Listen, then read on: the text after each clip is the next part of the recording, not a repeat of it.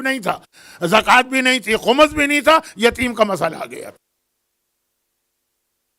اور خالی یہ مسئلہ نہیں آیا، کل رات، آنے والے کل کی رات وفات رسول خدا. ہم اور آپ پیغمبر کا غم کریں گے. اپنے باپ کا ماتم تو ہر ایک کرتا ہے، کل ہم فاطمہ کے باپ کا ماتم کریں. تابوت بھی برآمد ہوگا. تو ایک واقعہ پیغمبر کے حوالے سے سن لیجئے، اگرچہ میں کئی دفعہ پڑھ چکا ہوں، لیکن ذرا سیرت رسول بھی چلے اور یتیم کا مسئلہ تو چل ہی رہا. محقق حلی جیسا عظیم عالم، علامہ حلی کے ماموں،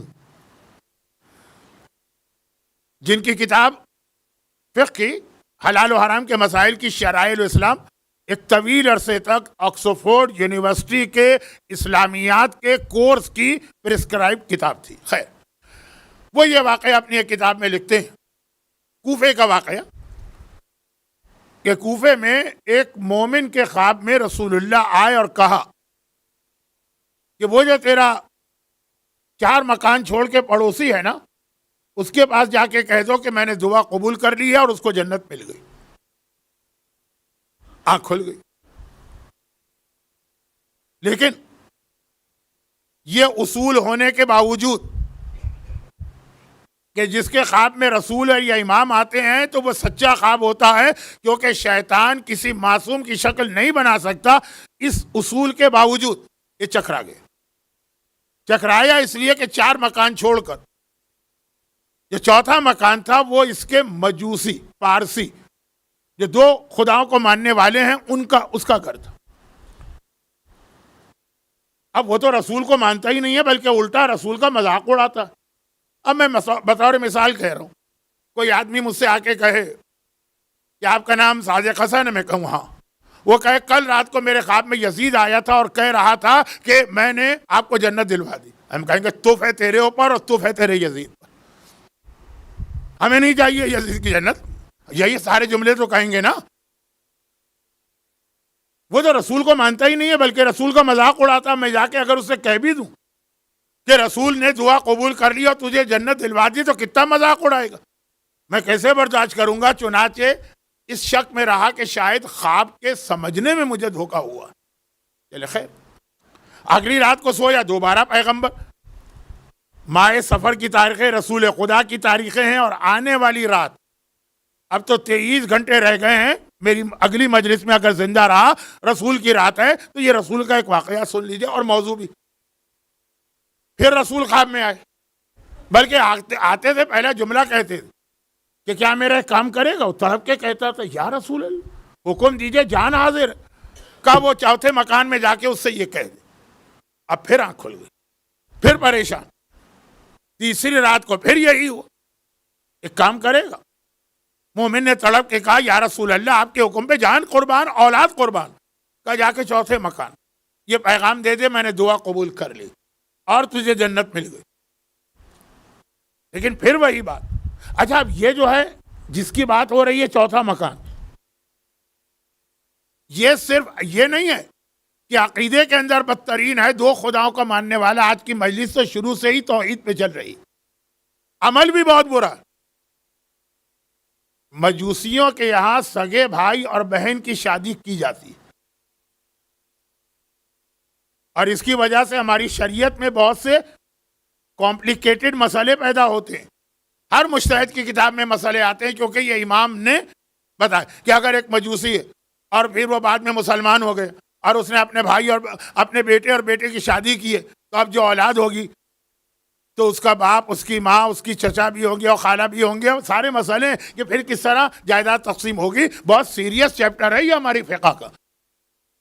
لیکن پھر میں ذرا سا بہکا، بات کہیں کی کہیں چلی گئی.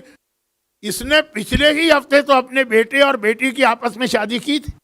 دیکھیے، ایک تو عقیدہ بدترین. کچھ لوگ ہوتے ہیں جن کا عقیدہ بدترین ہے لیکن بہرحال کردار ان کا بڑا اچھا ہوتا ہے.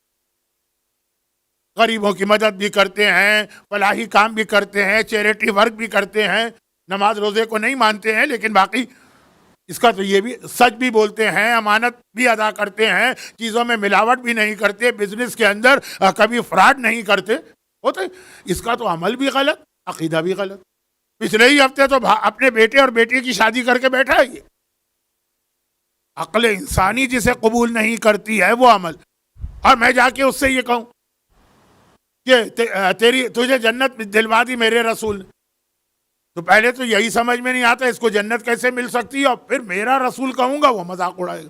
چوتھی رات کو پھر پیغمبر خواب میں آئے، میرا ایک کام کرے گا، کہا یا رسول اللہ حکم دیجئے، ساری چیزیں آپ پہ قربان۔ آج پیغمبر جلال میں آ گئے اور کہا میں 3 راتوں سے ایک حکم دے رہا ہوں اور میرے اتنے سے حکم پہ عمل نہیں کر رہا، باتیں اتنی بڑی بڑی، یہ جملہ میرا ہے لیکن پیغمبر کا انداز یہ تھا، جی جان بھی قربان اور مال بھی قربان اور اولاد بھی قربان اور خاندان بھی قربان، اور اتنا سا کام نہیں کر رہا۔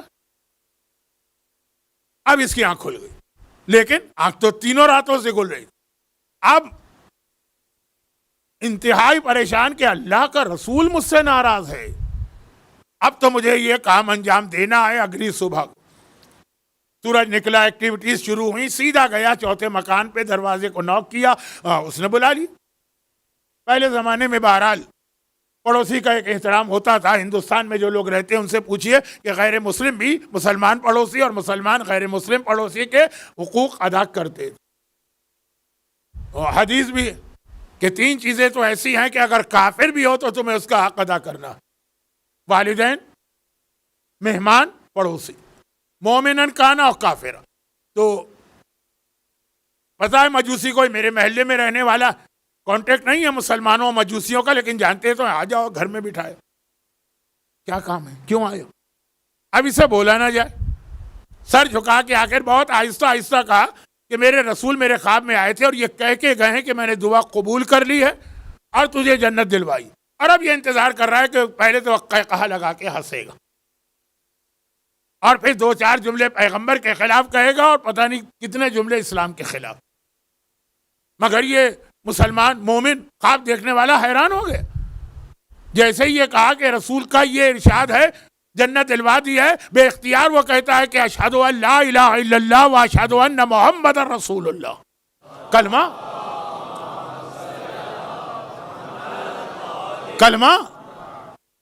اللہ کا کلمہ تو سمجھ میں آتا ہے، رسول کی رسالت جس کی وجہ سے ڈر رہا تھا، اب اطمینان بھی ہوا لیکن حیرت بھی ہوا۔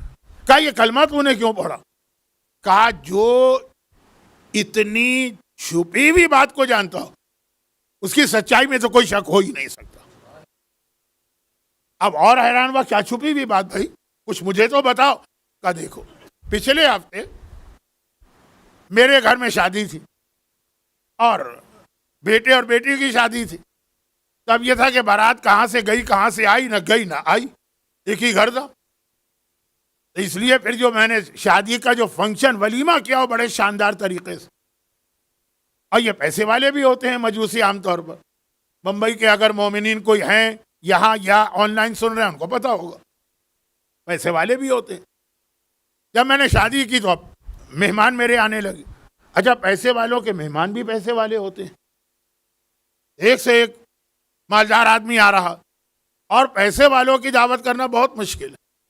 غریب کو تو آپ خالی روٹی کباب کھلا دیجئے دعا دیتے ہوا جائے گا، پیسے والا تو اپنے گھر میں خود ایک سے ایک کھانے کھاتا، اس کے لیے تو بہت ہائی سٹینڈرڈ چاہیے، اس کے بعد بھی وہ کریٹیسزم تو کرے گا، اس بورچی سے بکوایا پکانا نہیں آتا، چاول کون سے استعمال کر لیے تھے اچھے نہیں تھے، گوشت صحیح طریقے سے نکلا تھا، کس جانور کا، کوئی بڈھے جانور کا گوشت لیا ہے۔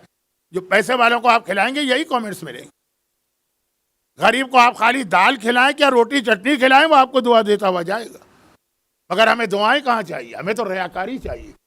تو اب یہ کہہ رہا ہے کہ پیسے والے آ رہے تھے، میں نے بہترین جو شہر کے باورچی تھے اور بہترین جو انگریڈینٹ وہ منگوا کے بہترین کھانے پکوائے۔ اب صحن کے اندر بڑے بڑے مکان ان کے ہوتے ہیں، ساری دیگیں چڑھی ہیں، کھانے پک رہے ہیں، خوشبو، اور میں نگرانی کر رہا ہوں کہ کہیں کوئی باورچی لاپرواہی سے کام نہ لے۔ کبھی دروازے پہ جا کے مہمان کا استقبال کرتا ہوں، کبھی آ کے باورچیوں کو دیکھتا ہوں۔ میرے برابر میں ایک مسلمان کا گھر تھا، اس کا انتقال ہوا تھا چند مہینے پہلے، اس کی ایک بیوہ تھی، چھوٹی چھوٹی 3-4 بچیاں تھیں، لیکن جو کہ مسلمان یہودیوں کے درمیان کوئی انٹریکشن یا تعلقات نہیں تھے تو میں نے کبھی اس پہ توجہ نہیں دی۔ ابھی جس وقت میں یہ سارا دیکھ رہا تھا میرے کان میں ایک بچی کی آواز آئی، آواز سے لگا کہ 4 سال کی بچی ہوگی، 5 سال کی، کہنے لگی کہ اماں آج پورا دن ہم کو کھانے کو کچھ نہیں ملا، کل بھی کچھ نہیں ملا تھا، کتنے اچھے اچھے کھانے پڑوس میں پک رہے، خوشبو بھی آ رہی، پیٹ بھرا ہو اور اتنے اچھے کھانوں کی خوشبو آئے تب آدمی بے چین ہو جاتا۔ اور یہاں تو 2 دن کا فاقہ ہے جس میں کہا جاتا ہے کہ مردار بھی حلال ہو جائے۔ میں یہ مسئلہ نہیں بتا رہا ہوں، یہ ایک محاورہ بتا رہا ہوں، چھوٹی سی بچی۔ اچھا اب کبھی ایسا ہوتا ہے آپ کسی کو پورا قرآن سنا دیجئے، اس پہ کوئی اثر نہیں، کبھی ایک چھوٹا سا جملہ اس طرح سے تیر کی طرح دل میں اتر جاتا۔ اب یہ چھوٹی بچی کا جملہ کہ اماں یہ اتنے اچھے اچھے کھانے پک رہے ہیں، میں 2 دن سے ہم لوگ سارے بچے فاقے سے ہیں، شاید یہ ہمیں کچھ بھجوا دے۔ ماں نے ڈانٹ کے کہا چپ ہو جاؤ، اس پورے محلے میں اتنے مسلمان ہیں، کسی نے آج تک ہمارے بارے میں نہیں پوچھا، یہ تو ہمارے رسول کا دشمن ہے، یہ کیوں خیال کرے گا۔ بس میں نے سوچا کہ آج میں نے 500 آدمیوں کی دعوت کی، سارے کے سارے ملینر ہیں اور کروڑ پتی، اپنے گھر میں ایک سے ایک کھانے کھاتے ہیں، ان کے لیے میں اتنے کھانے پکا رہا ہوں۔ میرے پڑوس میں ایک چھوٹی سی 4 سال سلمان بورچی کو وہ آیا اور اس کے سامنے نوٹوں کی گڈی رکھ دی، کہا جتنی اجرت چاہے لے لو، لیکن جتنے کھانے ہیں ایک خاندان بھر کے 2 یا 3 آدمیوں سب جلدی جلدی جلدی جلدی پکا کے دو۔ بیٹا آیا، ابا وہ فلاں سیٹھ صاحب آئے آپ کو بلا رہے، کہا اچھا ان کو بٹھا دو، میں ابھی آتا ہوں۔ اب کسی مہمان کا خیال نہیں، فلاں آپ کا وہ بزنس پارٹنر آیا، اچھا اس کو بٹھا دو، ابھی میں آتا ہوں۔ اب سارا دل اس میں لگا، جلدی جلدی کھانا تیار ہوا، پیسے پھینک تماشا دیکھ، کھانا تیار ہو گیا۔ کنیز کو بلایا، کہا کہ ٹرے میں سجاؤ یہ 4-5 کھانے اور برابر میں لے کے جاؤ۔ اب وہ کنیز گئی، دروازے پہ نوک کیا، وہ بیوہ عورت سیدانی ہوگی، دروازے کے پیچھے سے آئی، کنیز نے کہا کہ آپ کے پڑوسی نے یہ کھانا بھیجوایا۔ وہ بیوہ پہلے ہچکچائی، تھوڑا ہیزیٹیٹ، کنیز نے کہا نہیں وہ مسلمان بورچی آیا ہے، وہ کھڑا ہوا بھی ہے اس وقت باہر، آپ کہیں تو اس کی گواہی دلوا دیں، اس نے اپنے ہاتھ سے پکایا۔ جس ماں کی 4 یتیم بچیاں 2 دن فاقے کے عالم میں ہوں، وہ تو حرام بھی کھا لے یا کھلا دے۔ ہمارے ہاں تو سارے دنیا بھر کے عیش و آرام ہے، پھر بھی کوئی لذیذ اور مزیدار کافر کے ہاتھ کا کھانا ہم نہیں چھوڑتے۔ وہ ماں 4 بچی ہیں، چھوٹی بچی ہیں، 2 دن سے واقع میں، پھر بھی اس نے پہلے منع کیا۔ جب کنفرم ہو گیا کہ مسلمان مثلاً ذبیحہ گوشت، تو ایک مرتبہ کھانے اندر لے کے کنیز چلی گئی، کھانا کھلا، بچیوں نے دیکھا، اب ماں تو کھانا تقسیم کرنے لگی، کسی ایک بچی نے کہا کتنا اچھا ہے یہ پڑوس۔ ہاں اس جملے سے پتا چلا کہ یہ سیدانی تھی، کتنا اچھا ہے پڑوس۔ میں اپنے جیسے قیامت کے دن کہوں گی کہ اسے جہنم میں نہیں جلنا چاہیے، اسے تو آپ جنت دلوائی۔ بول پنے میں بچے نے کہا، کسی نے نہیں سنا۔ مجوسی کہتا میں نے جملہ سن لی، اور آج جب تو نے آ کے یہ پیغام دیا کہ تیرے رسول نے، جو اب میرا بھی رسول ہے، یہ کہا ہے کہ میں نے دعا قبول کر لی اور جنت دلوا دی، میں نے سوچا کہ گھر کے اندر ماں اور بہنوں نے جو جملہ نہ سنا، صرف میں نے سنا، جس نے یہ جملہ سن کر اس پر عمل کیا اس رسول کی سچائی میں کوئی شک نہیں ہے، اس لیے میں نے کلمہ پڑھا۔ تو یتیم اور یتیم کی مدد بہت بڑی ایک عبادت ہے، صحیح معنوں میں تو ہمیں واقعاً اس کی برکتیں اور بینیفٹ نہیں پتا۔ ہم تو خمس نکالتے ہیں تاکہ ہمارا کاروبار اگلے سال ڈبل ہو جائے۔ کسی نان مسلم کو بھی بتائیں گے کہ یہ فائدہ ہوتا ہے، وہ بھی یہ کرے گا، بھروسہ کر کے۔ ابھی آپ بات آگے چل رہی ہے، یہاں تک روایتوں میں ہے کہ اگر تم اس پوزیشن میں